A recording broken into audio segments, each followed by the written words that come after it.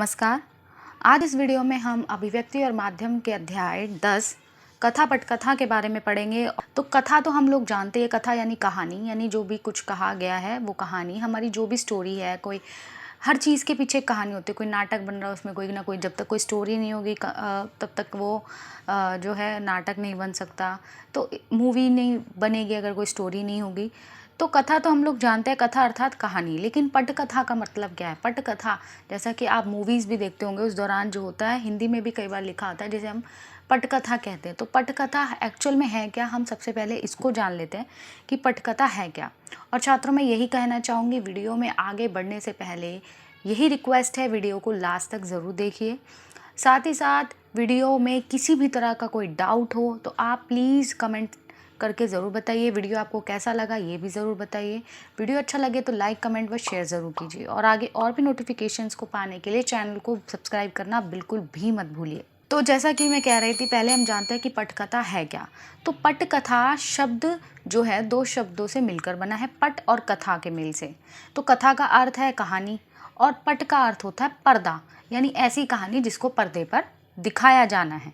ठीक है, अर्थात ऐसी कथा जो पर्दे पर दिखाई जाए उसे पटकथा कहते हैं। फिल्मों या धारावाहिकों आदि का मूल आधार यह पटकथा ही होती है। यानी जो फिल्में बनती हैं और जो ये नाटक बनते हैं, सीरियल्स बनते हैं, इनका जो मूल आधार होता है ये पटकथा ही होती है। यानी निर्देशक, जो डायरेक्टर है, जो अभिनेता है, जो एक्टिंग करेंगे, जो टेक्नीशियंस हैं, जो सहायक हैं, जो भी इनके पीछे जो भी लोग होते हैं। जैसे मूवी बन रही है, उसमें तो हमें हीरो दिख रहा है कि ये हमें हीरो है, लेकिन उसके पीछे और भी कितने लोग जो है काम करते हैं। तो अपने अपने विभागों की सभी सूचनाएं व जानकारी पटकथा से ही मिलती है। यानी जो लोगों के काम होते हैं, जो भी लोग काम, कि हीरो का क्या काम है, डायरेक्टर को क्या करना है, बाकी और भी जो लाइट टेक्नीशियंस होते हैं, कोई लाइटिंग कर रहा है, कोई साउंड के लिए माइक पकड़ के खड़ा है। तो ये सब चीज़ें, जो भी सूचनाएं और जो भी इन्फॉर्मेशन उन लोगों को मिलती है, जो भी उस चीज़ से जुड़े हुए हैं, वो पटकथा के माध्यम से ही मिलती है। पटकथा किसी उपन्यास, कहानी, ऐतिहासिक पात्र, घटना आदि पर आधारित होती है। देखो छात्रों, ये जो नोट्स मैं आपको दे रही हूँ ना, पूरे के पूरे बुक से हैं, लेकिन मैंने बुक से सिर्फ कुछ इंपॉर्टेंट चीज़ों को लिया है। ठीक है, जो आपको समझना बहुत ज़रूरी है। साथ ही साथ ये कहूँगी, जब भी आप किसी की वीडियो देखते हैं, चाहे मेरी देख रहे हैं, किसी और के चैनल पे आप विज़िट कर रहे हैं, तो साथ के साथ ही आप बुक को भी एक बार गो थ्रू कीजिए। उससे क्या होता है, आपकी एक रिवीजन भी हो जाती है और आपको याद आ जाता है कि मैंने वहाँ उस वीडियो में नोट्स पढ़े थे या मैंने ऐसे पढ़ा था और यही चीज़ें वहाँ से ली गई है, और आपको 2 बार अच्छे से वो क्लियर हो जाता है। आगे बढ़ते हैं।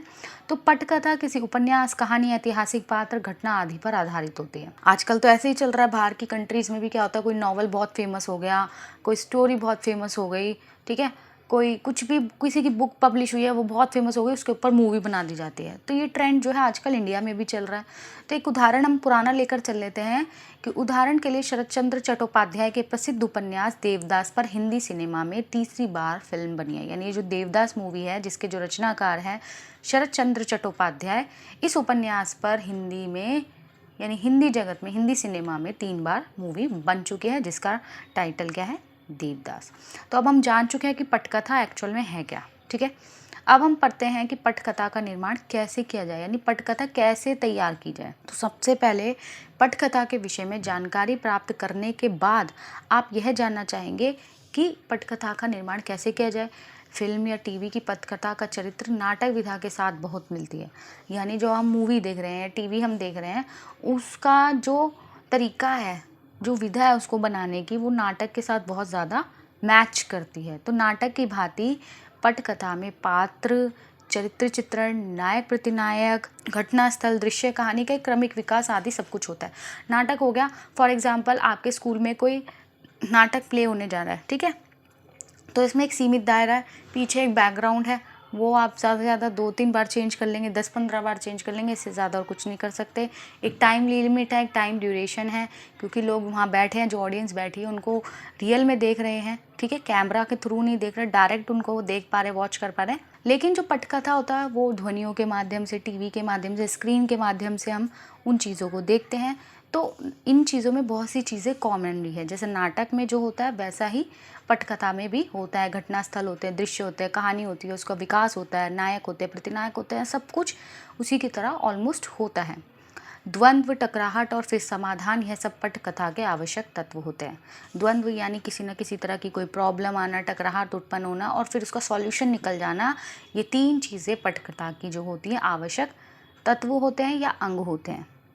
होपफुली आपको समझ आ रहा होगा, बहुत इजी चैप्टर है और मैं बहुत ही आसान भाषा में इसको समझा रही हूँ। फिर भी छात्रों यही कहूँगी, किसी भी तरह का डाउट हो please please please comment section में जाके कमेंट ज़रूर कीजिए, आपको आंसर ज़रूर मिलेगा। तो आगे अब हम देखते हैं कि पटकथा लेखक इन्हीं तत्वों को आधार बनाकर जो होते हैं पटकथा की जो है रचना करते हैं। आज अनेक फिल्मों व टीवी सीरियलों की पटकथाओं का निर्माण बहुत ज़्यादा मात्रा में हो रहा है। तो आजकल आप देख रहे हैं कितने दुनिया भर के नाटक होते हैं। पहले क्या होता था, पुराने ज़माने में दूरदर्शन होता था, उसमें गिने चुने 2-3 नाटक होते थे, कभी कभी मूवीज़ आती थी। लेकिन आजकल तो कहीं भी किसी भी प्लेटफॉर्म पे जाके आप कोई सीरियल देख सकते हैं, ऑनलाइन कोई मूवी देख सकते हैं, कोई सीरीज़ देख सकते हैं। तो दुनिया भर का कंटेंट है, दुनिया भर की पटकथाएँ जो है लिखी जा रही हैं।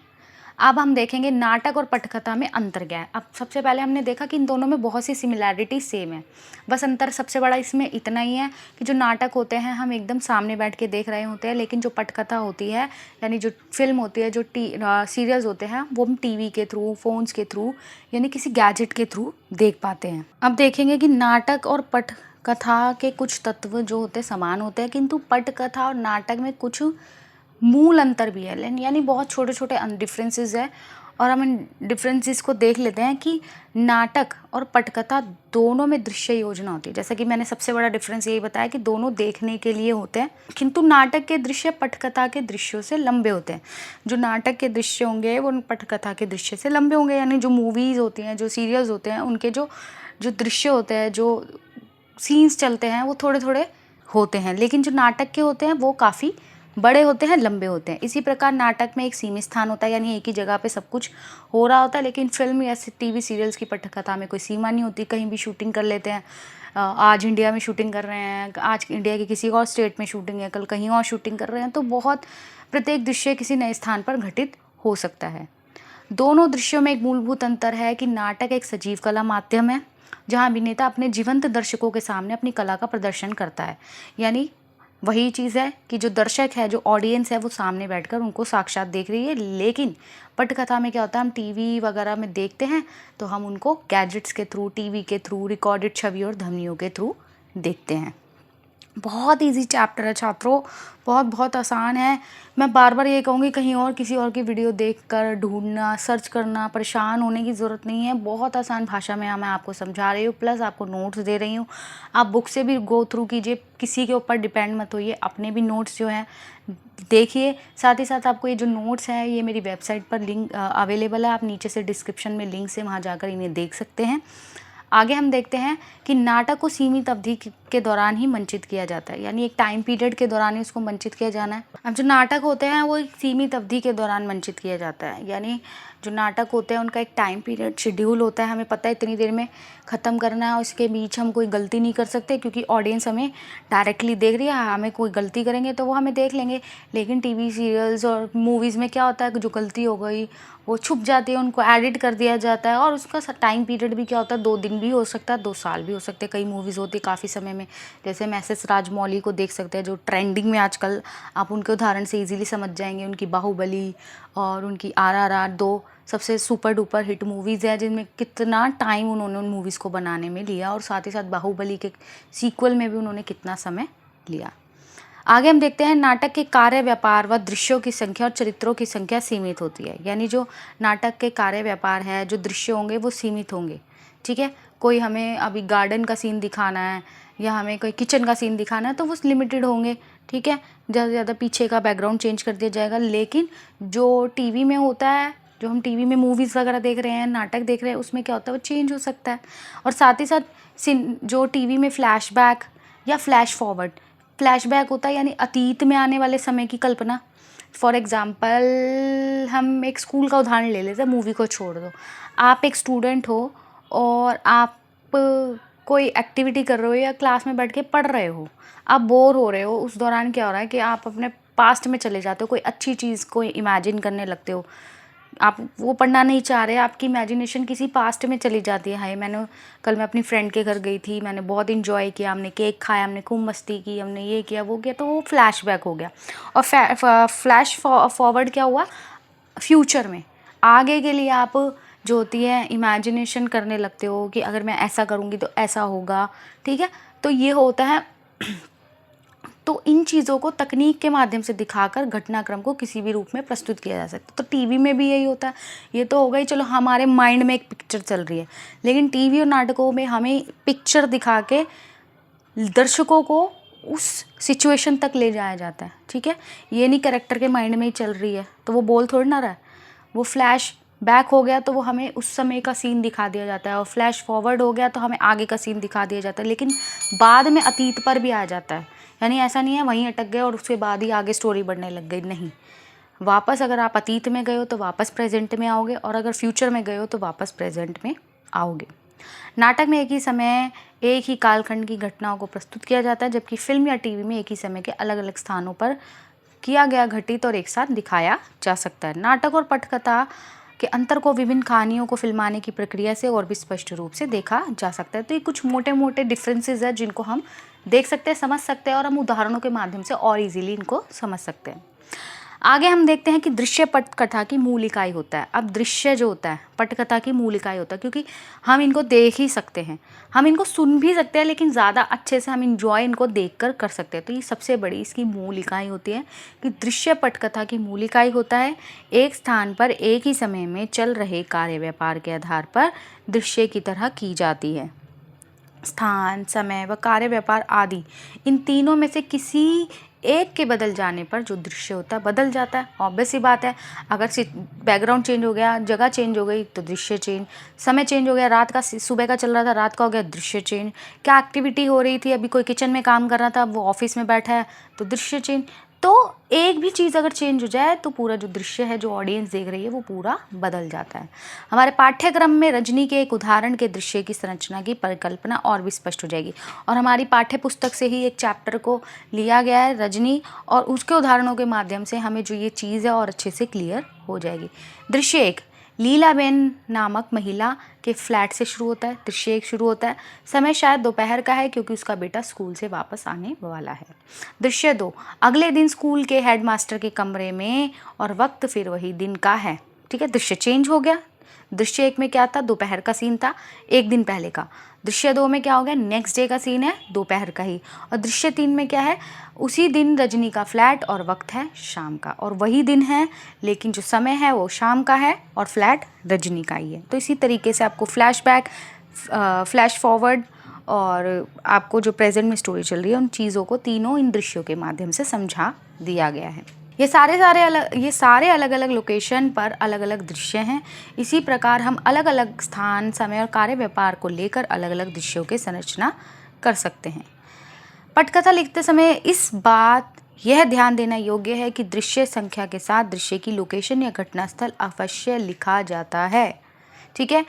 वह कमरा, पार्क है, रेलवे स्टेशन है या विद्यालय का द्वार है। उसके बाद का दिन, समय, रात, सुबह, दोपहर आदि के पश्चात ये बताना होगा कि घटना बाहर घट रही है या कमरे में। यानी जो पटकथा लिख रहा है उसके लिए ये चेतावनी दी गई है कि वो जब पटकथा लिख रहा है तो किन किन चीज़ों को किस तरीके से एक्सप्लेन करना है कि दृश्य अब कहाँ का है, समय कौन सा है और कौन सी इंसिडेंट हो रहा है, तो उसको अच्छे से एक्सप्लेन करना ज़रूरी है। आगे बढ़ते हैं, पटकथा लिखने का अंतर्राष्ट्रीय स्तर यानी इंटरनेशनल तरीका या मेथड क्या है।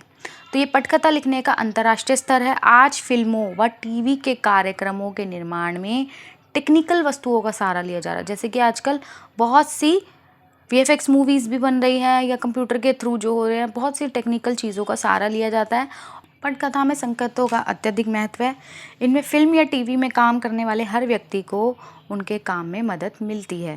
दृश्य के अंत में cut to, resolve to, fade out आदि जैसी जानकारियां निर्देशक एडिटर के काम को सरल बना देती हैं।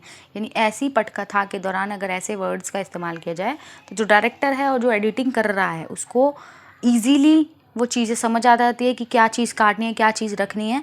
तो इसलिए पटकथा लिखते समय इसका ये एक इंटरनेशनल मेथड है, इन चीज़ों को फॉलो करना चाहिए। अब पटकथा में कंप्यूटर का क्या योगदान है कि जैसा कि आप लोग सभी जानते हैं, वैज्ञानिक युग है, हर जगह कंप्यूटर है, हर काम में कंप्यूटर का इस्तेमाल होता है। ऐसे ऐसे सॉफ्टवेयर आ गए हैं जिनमें कथा पटकथा का प्रारूप बनाया जाता है। ठीक है, तो आपके द्वारा दी गई छोटी सी गलती भी तुरंत पकड़ ली जाती है तथा उसको सुधारने का सुझाव भी दे दिया जाता है। तो ये बहुत ईजी टॉपिक है। आगे है कि पटकथा लिखते समय ध्यान रखने योग्य बातें क्या है। तो पटकथा लिखते समय सर्वप्रथम हमें उन आधारों का ध्यानपूर्वक अध्ययन कर लेना चाहिए जिनको लेकर पटकथा लिखी जा रही है। ठीक है, पटकथा ही किसी फिल्म या धारावाहिक का मूलाधार होती है। पटकथा के अनुसार ही जो डायरेक्टर है, जो एक्टर है, जो कैमरे के पीछे काम करने वाले टेक्नीशियंस हैं, सबको कार्यक्षेत्र का बोध होता है। सबको पता हमारा काम क्या है कि डायरेक्टर का काम है डायरेक्शन करना, एक्टर का काम है एक्टिंग करना, टेक्नीशियन का काम है टेक्निक, लाइट्स, माइक, इन सब चीज़ों का सब कुछ तो पटकथा के माध्यम से ही ये सब चीज़ें आधार कही बनती हैं।